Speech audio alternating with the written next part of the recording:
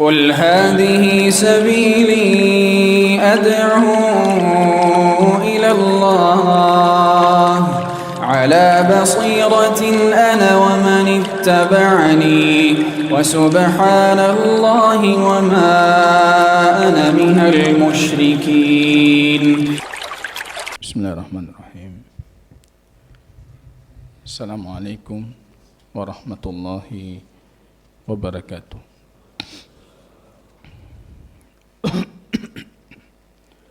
الحمد لله رب العالمين، نحمده ونستعينه ونستغفره ونعوذ بالله من شرور أنفسنا وسيئات أعمالنا من يهده الله فلا مضل له ومن يضلل فلا هادي له. أشهد أن لا إله إلا الله وحده ربي لا شريك له، وأشهد أن محمدا عبده ورسوله صفيه من خلقه وخليله محمد صلى الله عليه وسلم وعلى آله وصحبه الكرام.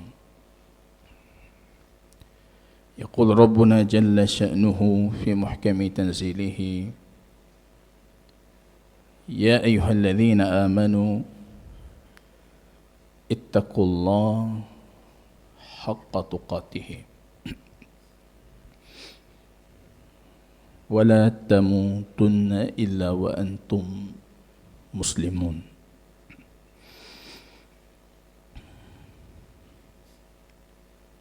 Kaum muslimin dan muslimat sidang jamaah salat subuh yang diberkahi oleh Allah Subhanahu wa ta'ala. Pujian dan syukur tiada hentinya senantiasa kita panjatkan keharibaan Allah atas taufik daripada Allah. Kita hari ini kembali bisa berkumpul di rumah Allah, mengkaji ayat Allah, mengkaji hadis baginda Rasul sallallahu alaihi wasallam.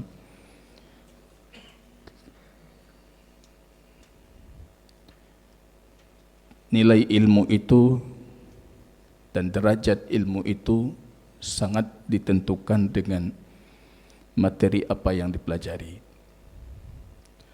Kalau sekiranya ilmu yang kita pelajari ini berkaitan dengan zatnya Allah Subhanahu wa ta'ala, tentunya tidak ada ilmu lain yang akan lebih agung, lebih bernilai dibandingkan ilmu yang berbicara tentang Allah Subhanahu wa ta'ala. Man ata masjidan liyata'allam, dalam musannaf disahihkan oleh Syekh Albani, siapa yang mendatangi masjid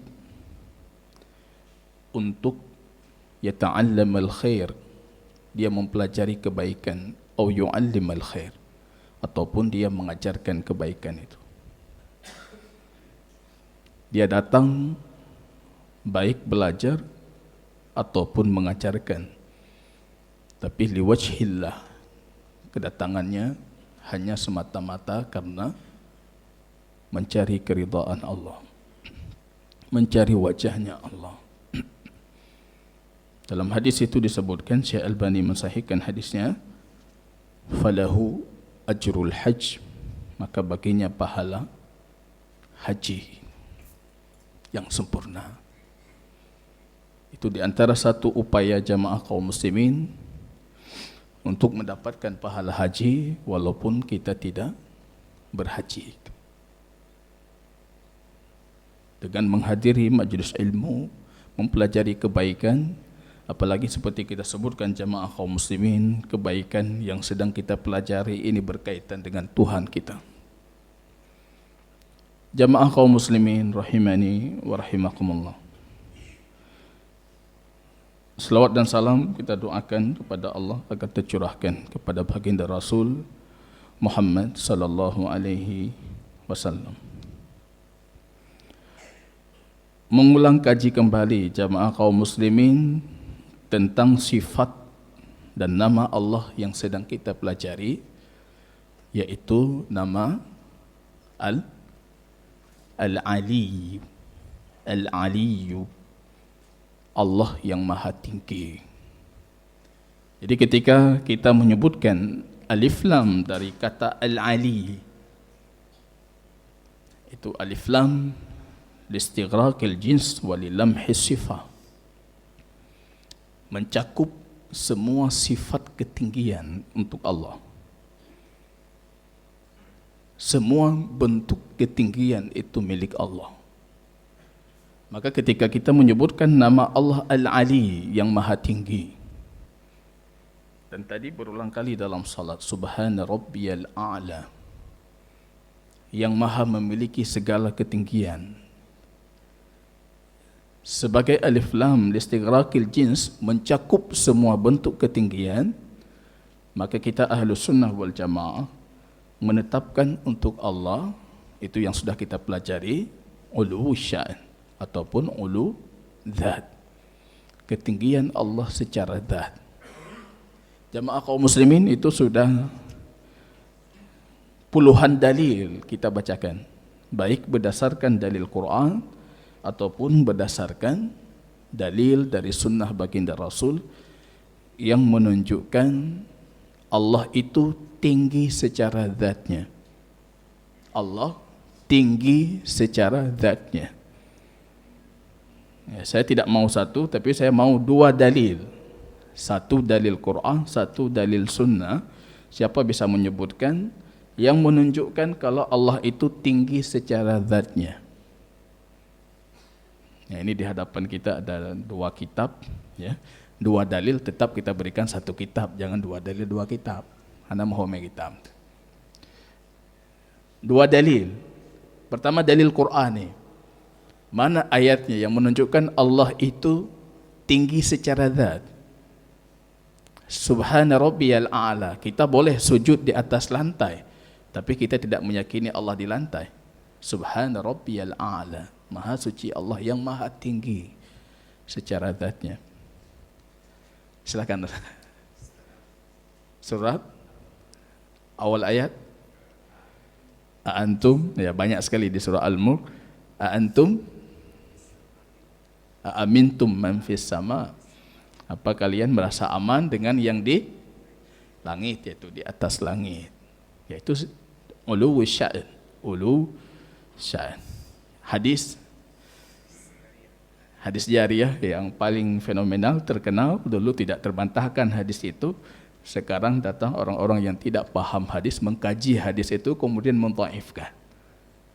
Ulama berabad-abad tidak pernah mempertanyakan kesahihannya. Hadis jariyah, ya. Pertanyaan baginda Rasul, Aina Allah? Di mana Allah?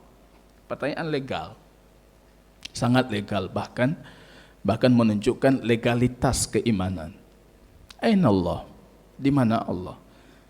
Dia menjawabnya, fis sama, di langit, ya, bukan diliputi oleh langit dunia, di langit itu di atas ketinggian.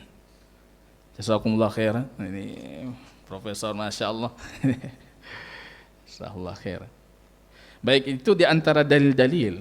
Kalau kata Imam Ibn Qayyim, Anda butuh 1000 dalil. Kita punya dalil Quran, dalil sunnah, ribuan dalil. Anda butuh dalil akal. Ya, dalil akal juga menunjukkan kalau Allah itu di atas. Seluruh arah selain atas itu sifatnya relatif. Bawah relatif, samping relatif, kanan relatif. Anda ubah posisi, yang kanan jadi kiri, yang kiri jadi kanan. Anda ubah posisi, yang depan jadi belakang, yang belakang jadi depan. Tapi kalau atas, mau Anda ubah posisi, mau jungkir balik, mau apapun, atas tetap atas. Apa yang layak untuk Allah? Melainkan atas, itu akal. Itu akal. Akal yang sehat menunjukkan demikian. Dalil fitrah, kita sudah menyebutkan itu, fitrah kita. yang Allah titipkan dari semenjak kita diciptakan, fitrah yang salimah, yang masih selamat itu, yang belum terkontaminasi itu, fitrahnya itu pasti ketika mencari Tuhannya dia mencari ke atas. Ketika mencari Tuhan, Anda akan mencari ke atas. Itu yang disebutkan dalam Dar'ut Ta'arud, kisahnya Ibn Taimiyah dengan orang yang membantah Allah itu di atas. Allah, Allah ya Ibn Taimiyah, kalian watu. Kata Imam Ibn Taimiyah, apa yang anda cari di atas? Tidak ada apa-apa di atas. Apa lo katalah? Itu fitrahnya. Fitrahnya. Itu tidak terbantahkan jamaah. Anda terlalu memaksakan diri kalau anda mengatakan itu arah kiblat doa. Seharusnya kalau itu masalah ibadah juga harus ditentukan dengan dalil. Mana dalilnya kalau itu kiblat doa? Itu yang ditanyakan oleh Al-Hamadani. Mad-darura, wahai Imam Al-Juwaini, Abu Ma'ali Al-Juwaini, mad-darura, apa kebutuhan kita? Setiap mencari Allah, kita carinya ke atas. Kita masuk ngaji dengan anda itu, yang anda ulang-ulangi di telinga kami, Allah itu dulu tanpa tempat, sekarang masih seperti dulu. Tapi kenapa ketika kita cari Allah, kita cari ke atas? Hayyarani hamadani, memukul kepalanya Syekh Juwaini mengatakan hayyarani hamadani, dia membingungkanku. Dijawab oleh Imam San'ani dalam abiyat syairnya, anda bingung ketika tuntunan anda itu bukan tuntunan petunjuk, bukan tuntunan Nabi. Anda akan bingung. Tapi bagi yang bertuntunan dengan tuntunan Nabi, mereka tidak akan pernah bingung. Ini di pertanyaan terakhir, di penutup pembahasan uluwul dzat ataupun uluwul sya'an. Pertanyaan ke as-sabi' wa situn 67. Madza qala a'immatud din? Apa yang disebutkan, dikatakan atau apa pernyataan para ulama-ulama agama minas salafi salihi fi mas'alatil istiwa, dari kalangan salafus salih dalam pembahasan istiwa. Ini ratusan pernyataan. Ratusan pernyataan. Di sini beliau tidak menyebutkan itu karena memang ijma'nya dinukilkan berulang kali dalam pembahasan ini.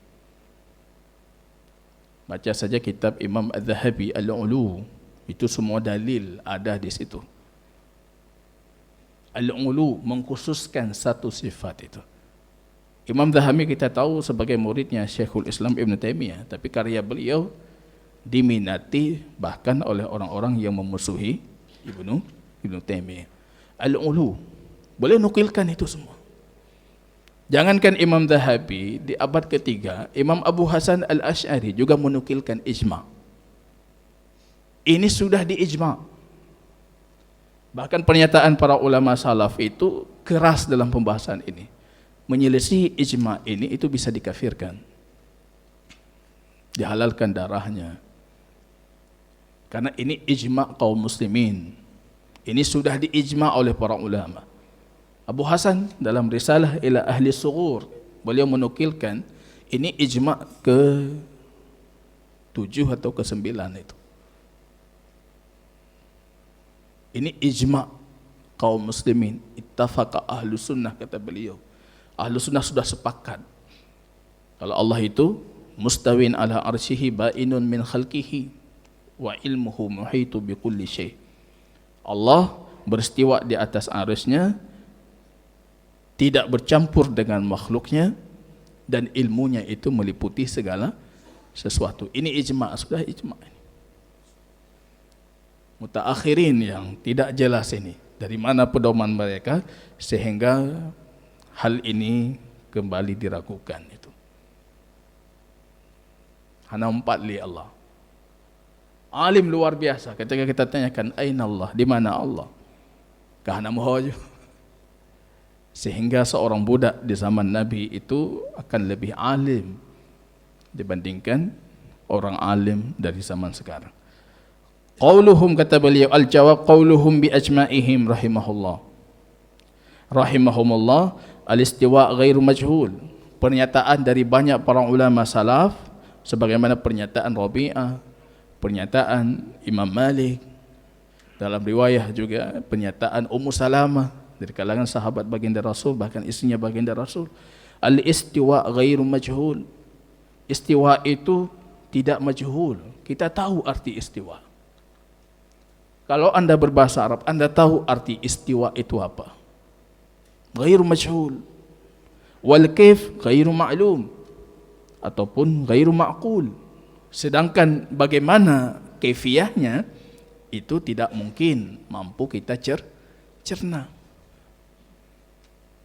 Zatnya saja kita tahu, tidak tahu kita seperti apa, bagaimana kita memahami sifatnya. Tapi istiwa secara makna kita memahaminya. Wa alaina at-tasdiq wa taslim wal imanu bihi wajib. Mengimaninya itu wajib. Wasu'alu anhu bid'ah. Dan bertanya tentang kaifiatnya itu bid'ah. Wa minallah risalah wa 'ala rasulil balagh wa 'alaina at-tasdiq wa taslim. Dari Allah risalah itu dan tugas Rasul menyampaikan. Tugas kita apa? Berserah diri dan mempercayainya. Jangan dibalik, tugas kita mengkoreksi. Tugas kita yang kau koreksi Nabi. Ini pernyataan ini yang dinukilkan oleh Syekh Hafidh Al-Hakami. Ini pernyataan salaf. Minallah risalah. Ajaran ini datangnya dari Allah. Wa 'ala rasulil balagh. Tugas Rasul itu menyampaikan. Wa 'alaina, tugas kita apa? Tasdiq wa taslim. Percayai, berserah diri, percaya, berserah diri. Ini nanti di pertanyaan selanjutnya kita akan melihat berserah diri itu bagian dari konsekuensi keimanan kita terhadap nama Allah Al-Ali yang maha tinggi, uluwul qahar, tinggi kekuatannya. Ketika dia tinggi kekuatannya dan tidak ada yang tinggi di atasnya, maka kewajiban kita apa? Berserah diri. Maka jamaah kaum muslimin, Asmaul Husna itu dahsyat. Asmaul Husna itu energi luar biasa itu. Justru saya pernah menyatakan dalam satu majelis tentang pendidikan, saya mengatakan solusi kita sekarang itu Asmaul Husna, ajarin itu yang betul, yang benar.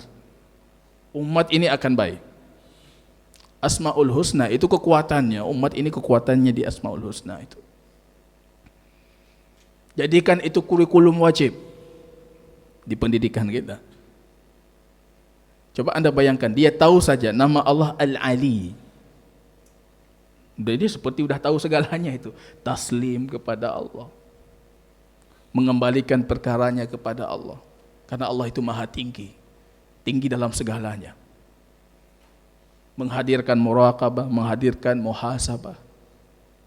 Kan sekarang nilai-nilai ini yang rusak dari kaum muslimin. Dengan Asmaul Husna, akidah kaum muslimin akan benar. Ibadah kaum muslimin akan benar. Akhlak kaum muslimin akan benar. Jadi ini solusi sebenarnya. Yang jarang dipahami, apalagi oleh pakar-pakar pendidikan itu. Yang pegang konsep pendidikannya kamu ubah loh. Pendidikan merdeka macam-macam tuh. Nanti mereka cari lagi konsep seperti apa supaya anak bangsa ini baik. Kalau boleh kita sarankan nyoperno. Insyaallah tepat ini. Karena ini yang dinyatakan oleh Umar Ibn Khattab. Kenapa generasi sahabat itu lebih baik dibandingkan generasi setelahnya. Jamaah kaum muslimin rahimani wa rahimakumullah. Tugas kita itu tasdik, percaya, imani, taslim, berserah diri. Berserah diri. Jangan mengoreksi, jangan menganalisa sesuatu yang di luar nalar kita. Sesuatu yang di luar keterbatasan pikiran kita. keterbatasan logika kita. Wa hakadha qauluhum fi jami' ayatil asma'i was sifat wa ahadits. Ini pernyataan para salaf, kata beliau, untuk semua ayat-ayat yang berkaitan dengan nama dan sifat-sifatnya Allah. Ini kalau Imam Zahabi itu menukilkan dari abad awal ketiga Hijriah itu. Abu Hatim Ar-Razi sampai seterusnya itu. Sampai pernyataan para ulama di zaman beliau. Itu ittifaq. Tidak kurang itu puluhan alim ulama yang menukilkan. Ini ijma. Ini kesepakatan. Imam Abu Hatim Ar-Razi itu di awal abad ketiga Hijriah. Beliau justru menjadikan itu sebagai akidahnya Ahlus Sunnah wal Jamaah. Kesepakatan mereka, Allah itu mustawin ala arsyihi ba'inun min khalqihi, terpisah dari makhluknya, dan Allah beristiwa di atas arsy-Nya. Kemudian dalam kelanjutan pernyataan beliau seperti dinukilkan oleh Imam Az-Zahabi, wa alama aw simati ahli al-bid'ah wal dhalalah. Di antara ciri khas para ahli bid'ah dan dhalalah, kesesatan itu, al-waqi'ah ala ahli sunnah, mereka menuduh ahli sunnah itu musyabbihah karena mereka menetapkan sifat ulu untuk Allah. Itu abad keberapa itu? Awal abad ketiga Hijriah atau akhir abad kedua dan masuk awal abad ketiga Hijriah itu. Beliau sudah di antara ciri khas ahli bid'ah itu, kalau ada orang menetapkan ulu untuk Allah, dia akan mengatakan orang itu musyabbihah, menyerupakan Allah dengan makhluk. Maka tidak heran kalau hari ini muncul pernyataan dari orang-orang seperti itu yang mengatakan, siapa yang mengatakan Allah di atas, dia kafir. Allah di atas kafir. Dulu para ulama berijma, siapa yang mengingkari kafir. Terus yang baru, yang pegawati kafir. Kalau kita tanyakan kenapa dia kafir kalau dia menetapkan Allah di atas, dia musyabbihah.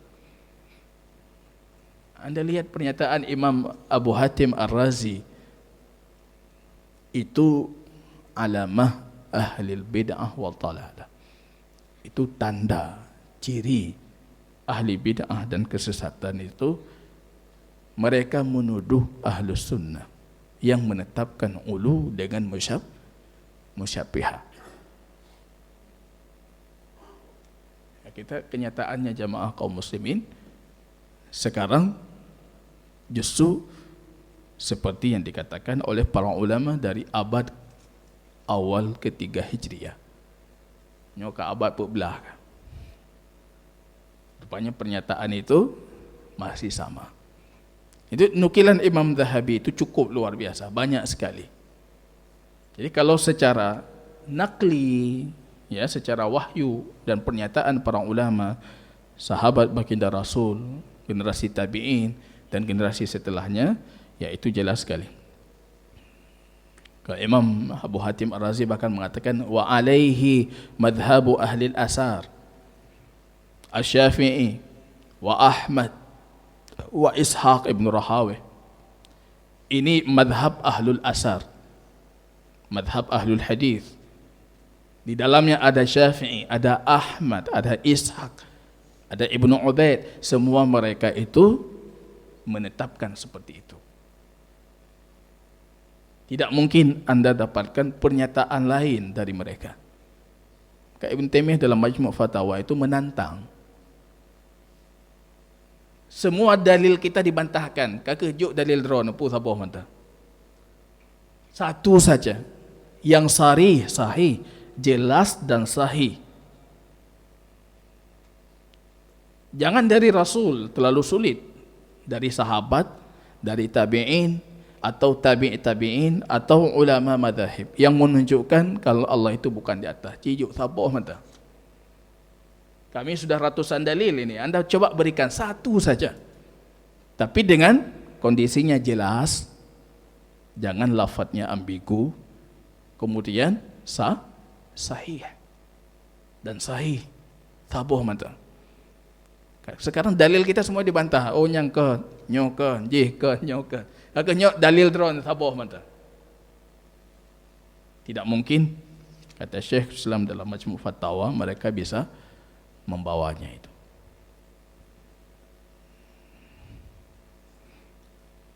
Amanna bihi kullu min indi rabbina. Dalam Quran surah Ali Imran itu, ar-rasikhuna fil ilm, orang-orang yang punya ilmu, rasikh dalam ilmunya, kuat ilmunya, mereka akan mengatakan ketika mendapatkan ayat-ayat sifat dan lain sebagainya, aman Nabi, kami beriman. Dan semua itu datang dari Tuhan kami. Amanna billahi washhad bi anna muslimun.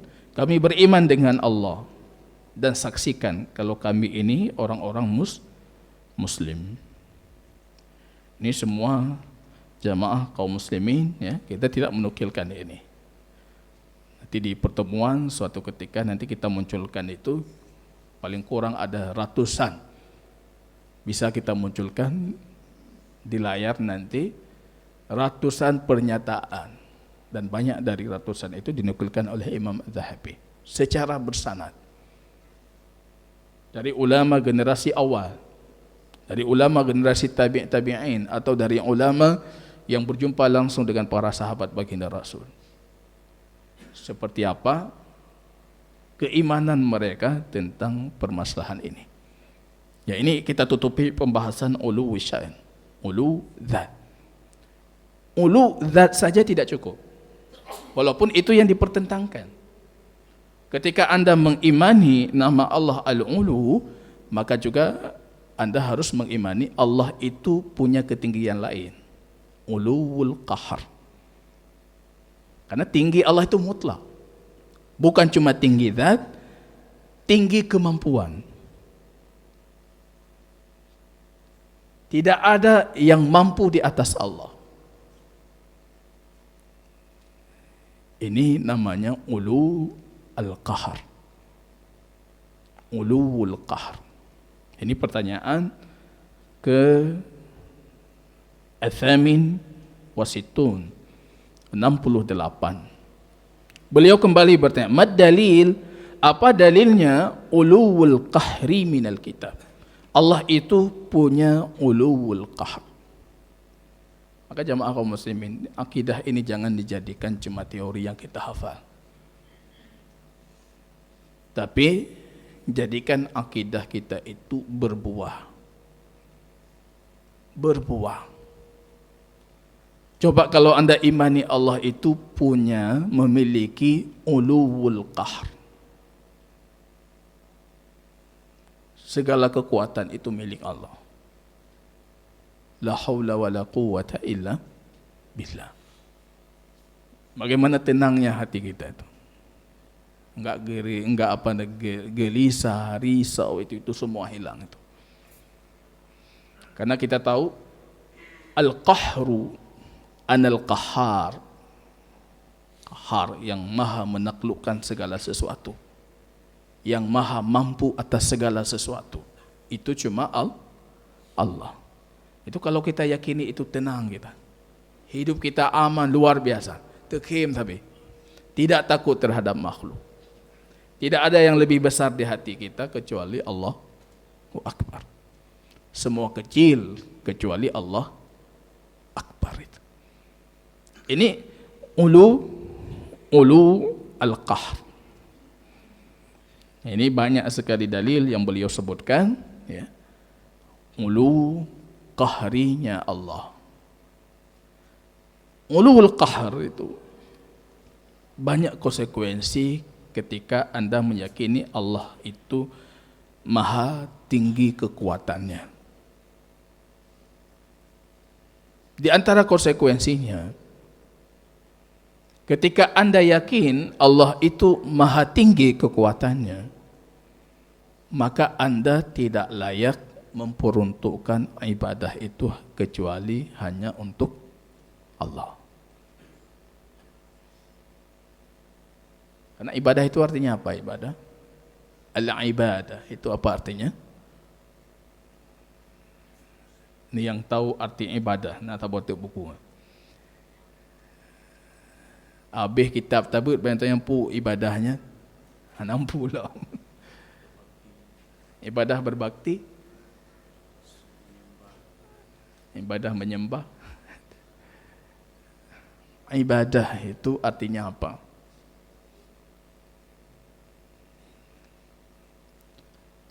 Ibadah, abdun,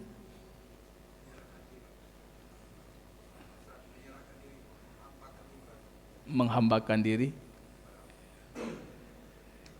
Yang lain yang lebih pas arti kata ibadah.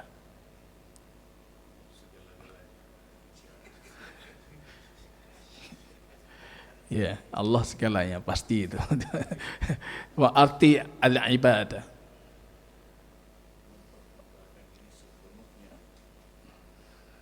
Menghambakan diri, penghambaan. Orang Arab itu kalau Anda melihat jalan di depan kita itu jalan raya itu yang mulus, ketika lewat kendaraan itu gampang. Itu mereka mengatakan itu dengan syari' al-mu'abbad, jalan yang sedang ibadah.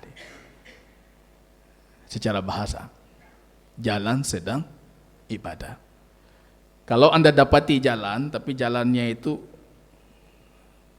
tidak mulus, tidak lancar, ketika Anda berjalan, rupanya jalan itu melawan Anda, Anda bisa jatuh berjalan di atas jalan itu, kendaraan Anda bisa tergelincir. Itu artinya jalannya sedang tidak beribadah. Ibadah itu berarti khudhu' dan tadallul, merendahkan diri, kepatuhan dengan kehinaan, itu merendahkan diri. Ketika Anda jalan di atas jalan yang lancar itu jalannya sedang ibadah dia patuh terhadap Anda. Berserah diri dengan totalitas. Anda jalan, mondar-mandir di atasnya, dia tidak melakukan apapun. Tapi kalau jalan itu sedang tidak beribadah, itu jalan yang runcing, ya. Jalannya itu banyak tanjakan. Anda yang harus tunduk terhadap jalan, bukan jalan yang tunduk terhadap Anda. Itu secara bahasa. Ibadah itu al-khudhu' dan tadallul, ditambah dengan cinta. Berserah diri, merendahkan diri, itu ibadah. Kalau Anda meyakini Allah itu yang maha memiliki kekuatan, artinya apa? Kita harus berserah diri kepada Allah yang maha memiliki kekuatan itu. Itu sebenarnya itu dalil fitrah terhadap penetapan Allah sebagai yang berhak diibadahi secara uluhiyah. Kita secara fitrah tertuntut hati kita itu mencari ruknun syadid, pegangan yang kuat. Ketika Anda butuh, Anda akan mencari pegangan yang kuat. Dan tidak ada pegangan yang lebih kuat dibandingkan pegangannya Allah. Itu fitrah kita mencari dia.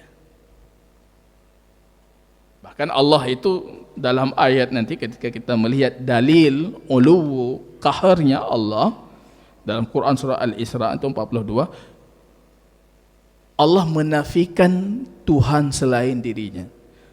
Walau kana ma'ahu alihah, kalau sekiranya mereka memiliki banyak Tuhan seperti yang mereka dakwakan, idzan labtaghaw ila dzil arsy sabila. Maka Tuhan itu pasti akan mencari kedudukan zat yang ada di atas arsy. Apa maksudnya itu? Al-Isra 42. Itu kalau dalam bahasa filsafanya itu dalil tamanu. Allah mengatakan, kalau betul kalian punya banyak Tuhan, Tuhan kalian yang banyak itu pasti akan mencari posisi zat yang ada di atas arsy. Karena kalau betul itu Tuhan, maka Tuhan itu pasti akan mencari, dia akan mengungguli lainnya. Dia harus di atas, harus lebih kuat dari lainnya. Dia tidak mungkin mau jadi yang rendah kalau dia itu betul tuh Tuhan. Itu ayat Al-Isra 42 itu ketika dibacakan oleh orang ateis yang tidak percaya terhadap Tuhan, kalau dia betul-betul memahami ayat ini, itu dalil yang keras sekali bagi mereka untuk apa yang mereka ingkari. Apa kata Allah? Walau kana ma'ahu aliha. Kalau betul seperti yang kalian dakwakan, kalian percaya dengan Allah, kemudian percaya dengan banyak Tuhan itu. Kalau betul yang kalian percaya itu Tuhan, mereka itu betul-betul Tuhan, labtagau ila dzil arsy sabila. Maka Tuhan-Tuhan itu pasti akan mencari jalan untuk menuju posisi di atas arsy itu. Pasti akan mencari posisi kursi pertama, kursi satu. Kalau tidak mungkin dia Tuhan. Tuhan mau kalah, nggak mungkin Tuhan. Tuhan jitalu, oh bukan Tuhan. Karena kalau Tuhan, itu pasti dia akan mencari yang terbaik, yang paling kuat. Sebenarnya itu fitrah mengajarkan kita demikian. Maka Allah itu dalam Quran surah Al-Isra itu membantah orang jahiliyah dengan dalil itu. Tuhan kalian itu palsu. Karena kalau betul itu Tuhan, maka Tuhan-Tuhan itu tidak akan mungkin membiarkan yang terbaik itu yang ada di atas arsy. Dia akan mencari posisi terbaik supaya dia berada di posisi paling baik. Rupanya tadi malam saya nonton itu film dokumentari itu binatang Afrika sana. Kebetulan yang saya tonton itu tentang dokumenter tentang harimau. Rupanya diungkapkan dalam penelitian mereka itu yang bertahun-tahun diteliti. Rupanya harimau itu ketika mereka sudah menentukan dengan kencingnya ditentukan itu, ini kawasan miliknya.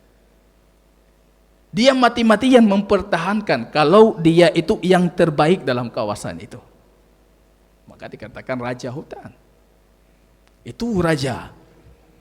Namanya raja truk gop ganto, icukeh lego, ipenget lego, itu bukan raja. Itu yang Allah maksud. Kalau Tuhan kalian itu betul-betul Tuhan, dia tidak mungkin membiarkan posisi pertama itu untuk zat yang ada di atas arsy. Tapi dia akan berusaha. Ini namanya uluwul qahar. Ulu al-qahru. Wa anna Allahu wal haq. Dan sesungguhnya Allah itu yang maha hak. Wa anna ma yad'una min dunihi al-batil. Dan apa yang mereka seru selain Allah itu semuanya kebatilan. Wa anna Allahu wal aliyyu. Dan Allah itu yang maha tinggi. Aliyul kabir, maha tinggi dan maha besar. Itu tinggi apa di situ? Tinggi kekuatan. Jadi ketika kita berserah diri, memperbudakkan diri, merendahkan diri, yang paling berhak kita lakukan, kita merendahkan diri kita untuk yang maha tinggi. Jangan Anda rendahkan diri Anda untuk yang rendah. Yang maha tinggi itu konsekuensi keimanan kita itu. Tidak mungkin memperuntukkan ibadah. Walaupun dia itu malakun mukarrab, malaikat yang dekat dengan Allah. Tidak mungkin kita ibadahi. Nabiyyun mursal, nabi yang Allah utus, tidak mungkin kita ibadahi. Karena yang harus kita ibadahi itu hanya Allah semata. Konsekuensi lainnya, ketika Anda mengimani Allah itu yang memiliki segala kekuatan, yang ada bagi Anda itu taslim, berserah diri untuk setiap ketentuan Allah. Berserah diri, Pak. Baik ayat Allah kauniyah, ayat Allah syar'iyah, tugas kita apa? Idza qadallahu wa rasuluhu amran la yakuna lahumul khiyarah. Kalau Allah sudah memutuskan, Rasul sudah memutuskan, mereka tidak punya pilihan lain. Taslim. Hadis yang kita bacakan kemarin tentang ulu zat Allah, idza qadallahu al-amra fis sama. Kalau Allah sudah menetapkan satu keputusan di langit, darabatil malaikatu bi ajnihatiha khud'anan.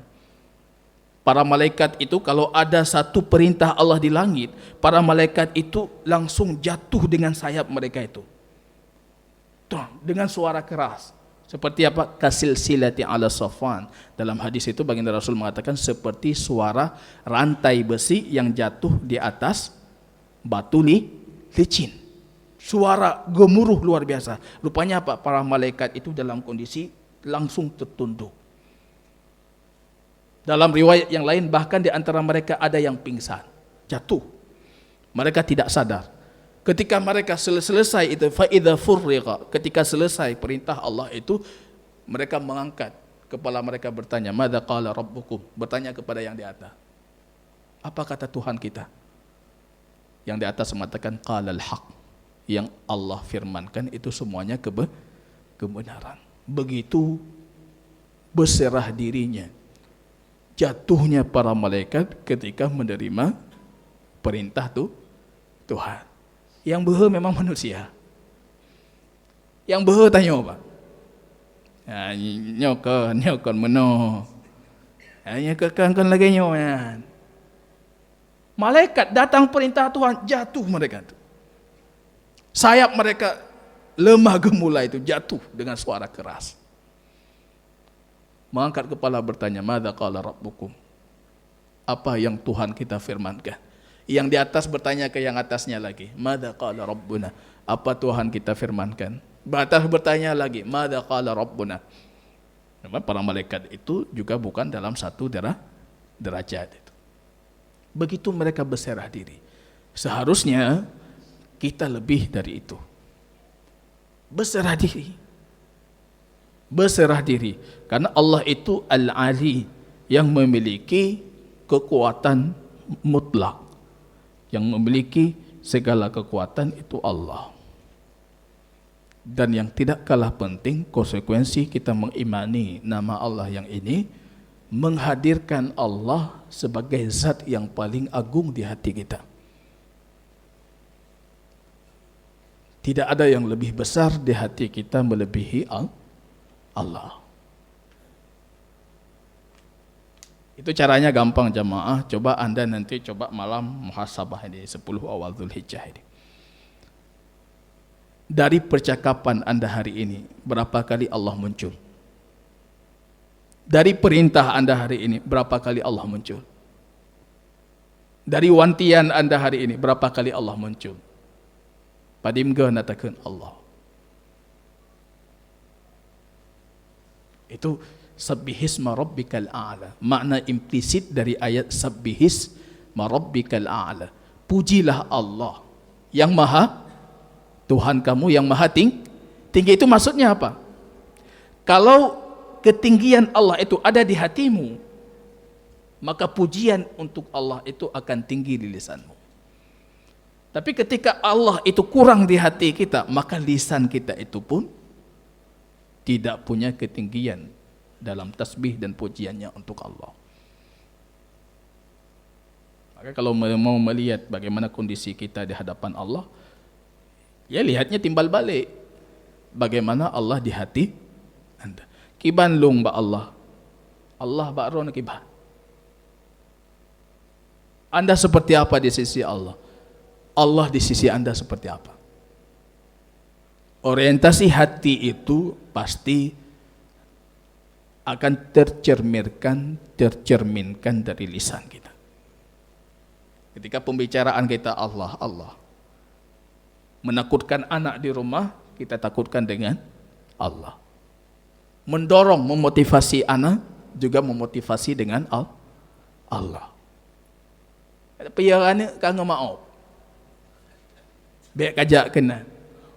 Kajak semayang, bek kajak kena, tapi tidak ada kaitannya dengan Allah. Nah, itu orientasi hati jamaah, itu orientasi hati itu. Ini konsekuensi kita beriman terhadap Al-Ali. Al-Ali. Di antara konsekuensinya juga yang tadi kita bacakan ketika kita salat, Subhana rabbiyal a'la. Maha suci Allah yang maha tinggi. Allah suci dari semua sifat-sifat kekurangan.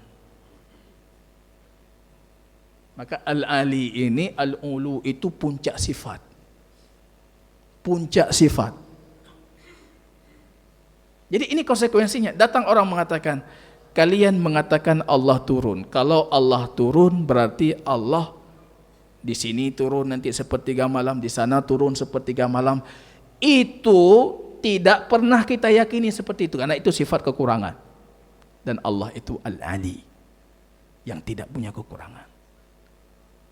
Kalau kalian mengatakan Allah di atas arsy, Allah butuh arsy, itu kami tidak meyakini itu kekurangan. Tidak layak untuk Allah. Dari mana kita dapatkan itu? Karena kita meyakini Allah itu punya nama Al-Ali. Al-Ali itu cukup menjawab semua apa yang mereka katakan. Enggak, kami enggak meyakini itu. Allah Al-Ali. Allah diliputi oleh makhluknya. Tidak, kita tidak meyakini itu karena Allah itu Al-Ali. Al-Ali itu tidak ada kekurangan sedikit pun. Apapun yang dia lakukan, dia bisa melakukan karena dia itu punya kekuatan mutlak. Punya kekuatan mutlak. Ini jamaah kaum muslimin rahimani wa rahimakumullah. Itu buah dari akidah. Maka kita lihat para sahabat itu di hadapan Kisra, di hadapan Kaisar. Ada sahabat yang memberikan, maaf cakap itu, belakangnya, punggungnya diberikan kepada Kaisar. Ya, tanya ngumpat camat mantan gak ada kita. Nabi long bacut kaji lah pak camat laki je bacut. Iya, ini Kaisar di belakangi marah. Karena bagi mereka itu tidak ada yang lebih besar dari Allahu Akbar. Itu buah akidah. Yang model tanya buat akidah, habis kitab tidak ada hasil. Tidak ada buah. Tidak ada perubahan. Ini yang harus kita tanamkan. Maka nama Allah, Asmaul Husna itu, coba pelajari satu-satu. Apa itu konsekuensinya, apa ini. Sehingga itu membuahkan hasil. Umat ini akan berubah ketika mereka meyakini Asmaul Husna ini dengan cara yang benar. Allah itu punya kekuatan mutlak. Saya dulu awal beri kuliah di kampus Islam yang ada di kota kita ini. Tiba-tiba anak-anak kami, para mahasiswa itu bertanya, Pak Ustadz, kalau Allah mampu segala sesuatu, apa Allah mampu menciptakan Tuhan sepertinya? Belum tidang tidur je. Ini pertanyaan. Allah mampu, dan pegang Allah dumpu je ke pegang. Yang pegang Tuhan tak buat tu. Mangga tak melaki kedih tiga, hana gebi kena tak laki kedih. Ketika itu saya membuat perumpamaan. Air ini yang sudah selesai kita minum, dah kosong. Saya minta mahasiswa, cicip tiga tu. KB, tayu jib lah. Saya buka pintu, ini pintu saya buka. Sudah terbuka pintunya, coba buka lagi. Pintu sudah terbuka, bukalah. Anjir tak buka lagi, kita buka. Itu namanya mustahil lidzatihi. Kemampuan itu ketika ada orang tidak bisa buka pintu dia karena pintu itu sudah terbuka, Anda tidak bisa mengatakan kepada orang itu, kamu itu lemah. Mu pintunya hanya buka. Ronah natiga, mu inyo hanya najib. Padahal IKB. Itu namanya mustahil lidzatihi ataupun li ghairihi. Kemampuan tidak berkaitan dengan hal yang mustahil. Anda tidak bisa mengatakan Allah lemah gara-gara Allah tidak menciptakan Tuhan satu lagi. Karena kalau diciptakan itu bukan Tuhan. Makhluk. Allah ciptakan dia, berarti bukan Tuhan dia. Makhluk. Karena Allah mengatakan, "Law kana fihi ma'alihatan." Kalau sekiranya ada dua Tuhan, maka lafasadatil ardh, akan rusak langit dan bumi. Kacau. Karena dua Tuhan ini pasti fungsinya akan mencari posisi pertama tadi. Oh, anda dengar orang. Nah, dia tidak mau mendengar yang lainnya, rusak. Karena ada dua keinginan. Ada dua kemampuan. Dan itu mustahil li ghairihi. Maka ini tidak berkaitan dengan kemampuan. Allah mampu segalanya. Wa huwal qahhar. Wa huwal qahiru fawqa ibadi. Yang dia maha qahir, maha menaklukkan fawqa ibadi, di atas hamba-hamba. Limanil mulkul yawm. Besok di hari kiamat itu langit dan bumi itu dalam genggamannya Allah. Allah bertanya, limanil mulk, siapa yang maha memiliki hari ini? Aina mulukud dunya, di mana raja-raja dunia? Anad dayyan, anal qahhar, aku yang maha menaklukkan. Yaitu jamaah kaum muslimin, di antara makna yang dikandungi dari nama Allah Al-Ulu. Wallahu ta'ala alam bisawab. Subhanakallahumma bihamdika asyhadu an la ilaha illa anta astaghfiruka wa atubu ilaik. Assalamualaikum warahmatullahi wabarakatuh.